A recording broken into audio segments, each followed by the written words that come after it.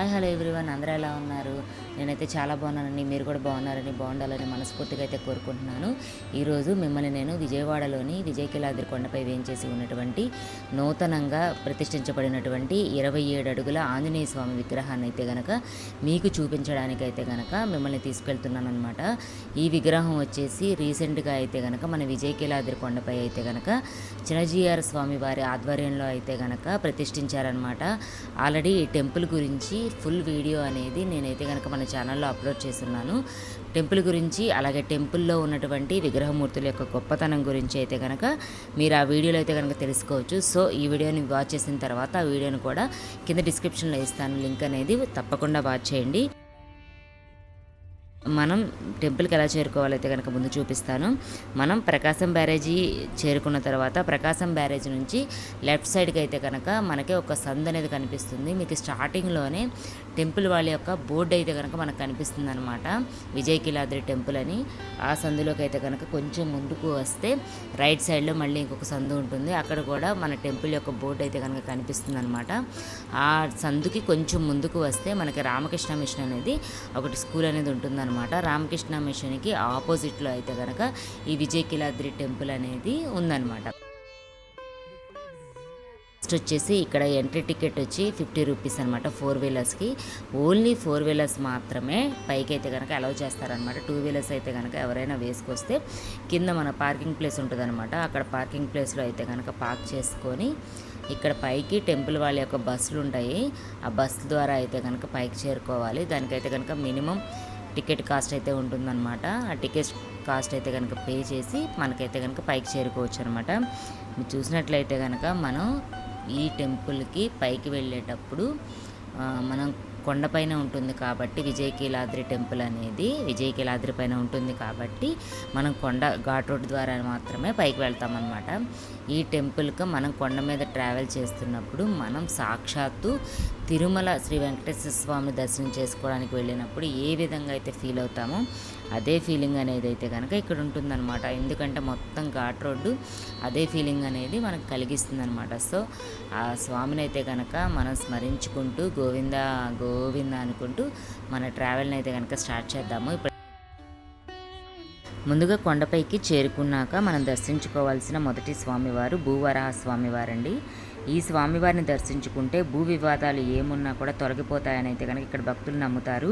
మనం ఈ టెంపుల్లో చూసుకున్నట్లయితే స్వామివారి దశావతారాలు ఏమైతే ఉన్నాయో ఆ అవతారాలన్నీ కూడా ఇక్కడ మనం దర్శనం చేసుకోవచ్చు అనమాట. ఎక్కడా లేని విధంగా ఇక్కడ స్వామివారు చక్కగా నిలువెత్తు రూపంలో కళ్ళు తెరిచి మనల్ని చూస్తున్నట్లుగా అయితే కనుక ఉంటుందన్నమాట. చూడడానికి అయితే కనుక 2 కళ్ళు సరిపోవు. అమ్మవారి విగ్రహాలు కూడా చాలా కళాత్మకంగా అయితే కనుక ఉంటాయన్నమాట. సో అన్నీ కూడా వరుస క్రమంలో స్వామివారి దశావతారాలను అయితే కనుక మనం ఇక్కడ దర్శనం చేసుకోవచ్చు. అట్లాగే ఇక్కడ వచ్చేసేసి శ్రీ లక్ష్మీ నరసింహస్వామి వారిని కూడా మనం ఇక్కడ దర్శనం చేసుకోవచ్చు. ఈ స్వామివారి విగ్రహాలు అనేది కొత్తగా అయితే కనుక ప్రతిష్ఠించారనమాట. చూడడానికి 2 కళ్ళు సరిపోవు, చాలా అందంగా ఉంటాయి.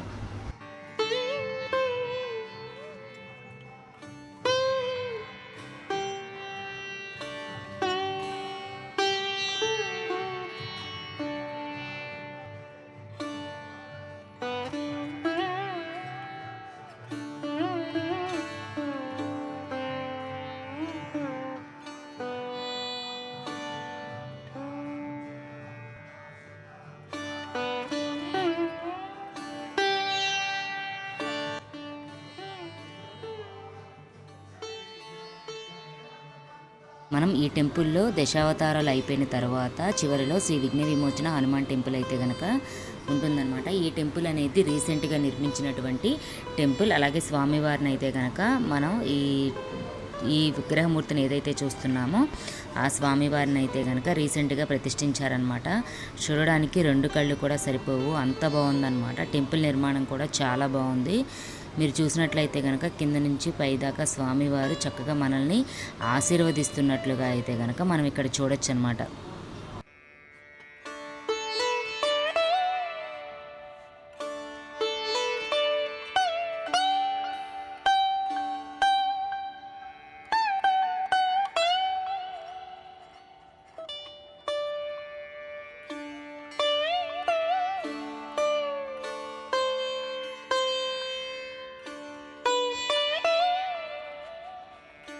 ఇది వచ్చేసి చూడండి మన విజయవాడ నైట్ వ్యూ అనమాట. చూడడానికి చాలా బాగుంటుంది.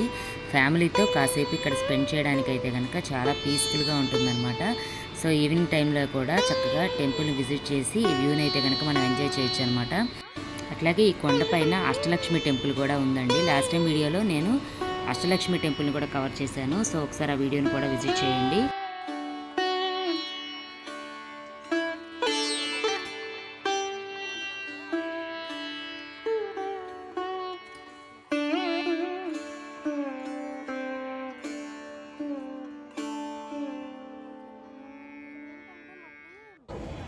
గైస్ అక్కడ రామాయణ సుందరకాండ విఆర్ పెట్టారు.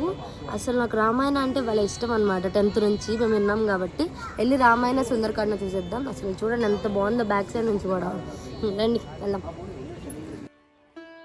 ఈ వీడియో ఎలా అనిపించింది అనేది మీ లైక్స్ కామెంట్స్ ద్వారా మీ అభిప్రాయాన్ని అయితే కనుక నాకు తెలపండి. మీరు ఇచ్చే లైక్స్ కామెంట్స్ అనేది నేను మరిన్ని డివోషనల్ టెంపుల్స్ అలాగే టూర్స్ చేయడానికి అనేది నాకు మోటివేషన్ లాగా ఉంటుందన్నమాట. సో ఈ రోజుకి ఈ వీడియో ఇంతేనండి. ఈ వీడియో కనుక మీకు నచ్చినట్టయితే కనుక మన వీడియోని లైక్ చేయండి. అలాగే మన ఛానల్ని ఎవరైతే సబ్స్క్రైబ్ చేసుకోలేదో వాళ్ళు మన ఛానల్ని సబ్స్క్రైబ్ చేసుకోండి. మరి ఒక యూస్ఫుల్ వీడియోతో మరి ఒక యూస్ఫుల్ కంటెంట్తో మీ ముందు ఉంటాను. Keep watching smart Priya with మా.